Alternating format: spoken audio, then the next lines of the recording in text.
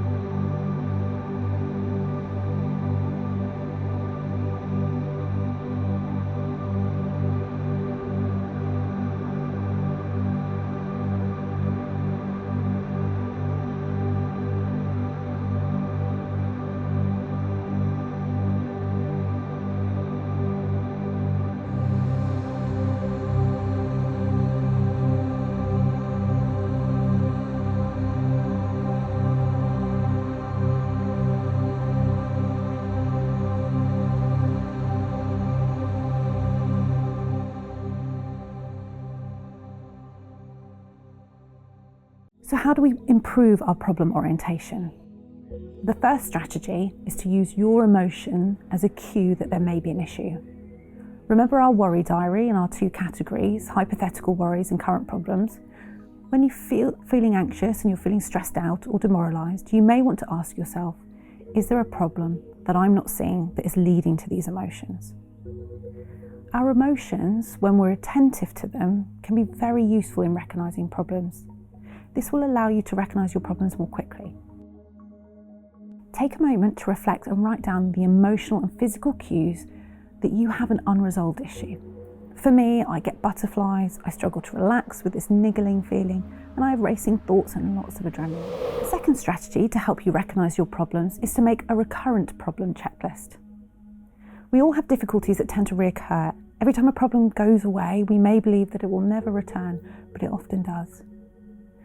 Maybe it's a problem with your boss, or managing finances, or managing childcare with an ex-partner. By preparing a personal recurrent problem checklist, you'll be able to recognise these recurrent problems more quickly. You might even find that you'll be less anxious when they reoccur because you're already well versed in how to deal with them. Take a moment now to do this using the recurring problem sheet.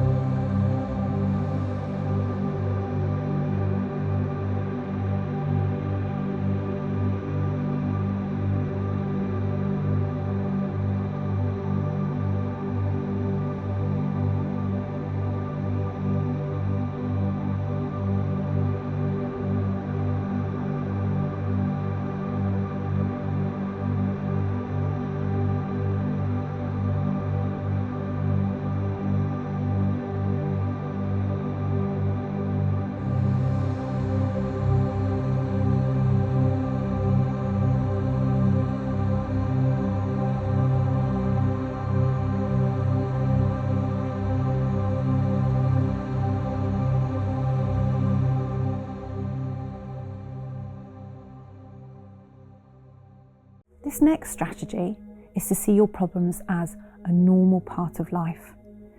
If you believe that it's abnormal to have problems, you may try very hard to avoid all problems at any cost, but this is simply not possible. Having to deal with problems is a normal and unavoidable part of life.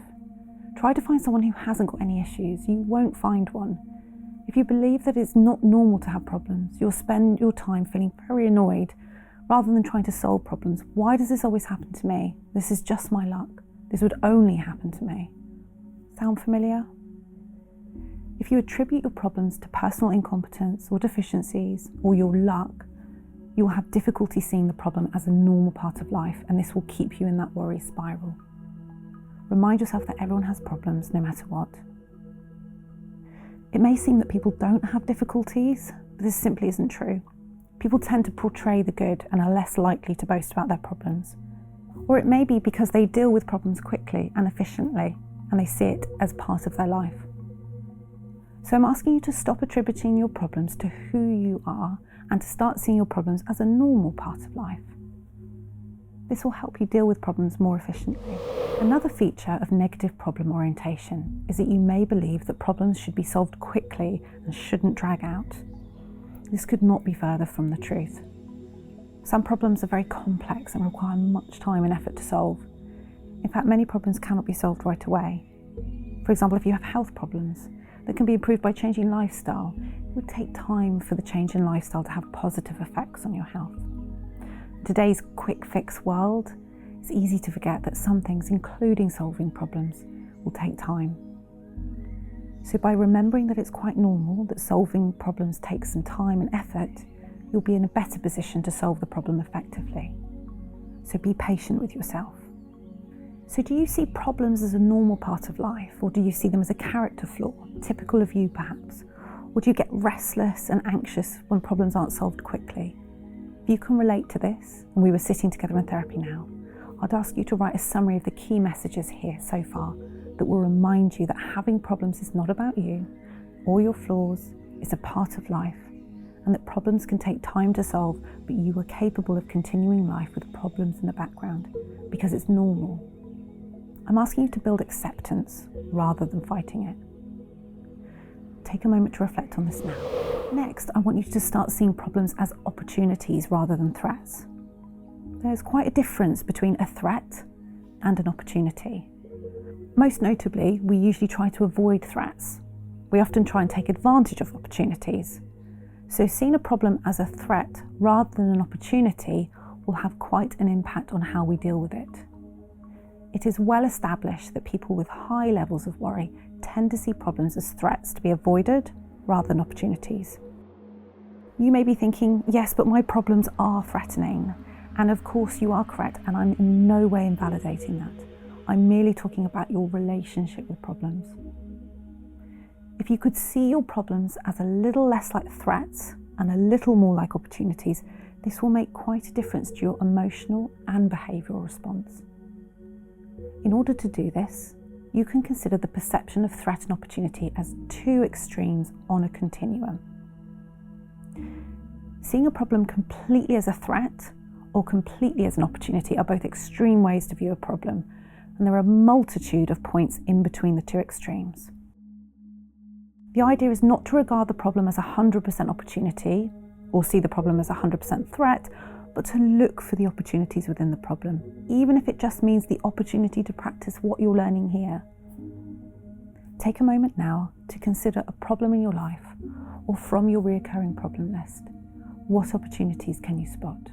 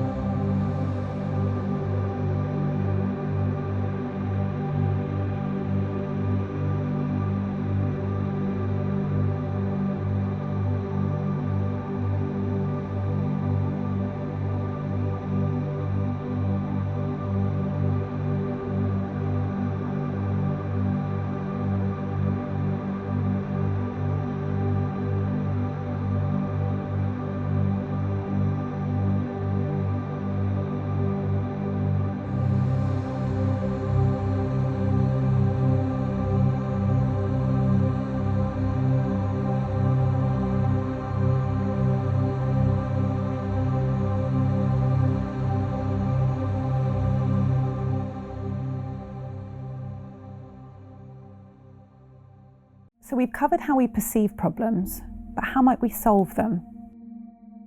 This next worksheet shows you how to break down your problem into some simple and easy steps.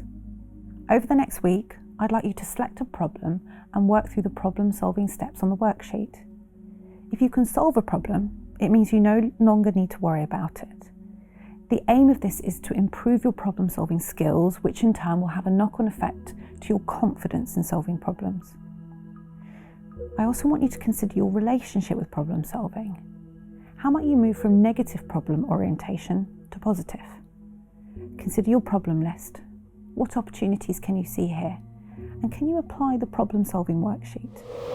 Remember, just because we've introduced something new here doesn't mean the other homework exercises from our previous sessions should be discarded. Keep setting exercises to increase your tolerance to uncertainty. Keep scheduling your worry time and using a worry diary. That's it for today, but before we finish, take a few seconds just to write down your main takeaway messages from today's session, and I'll see you next week.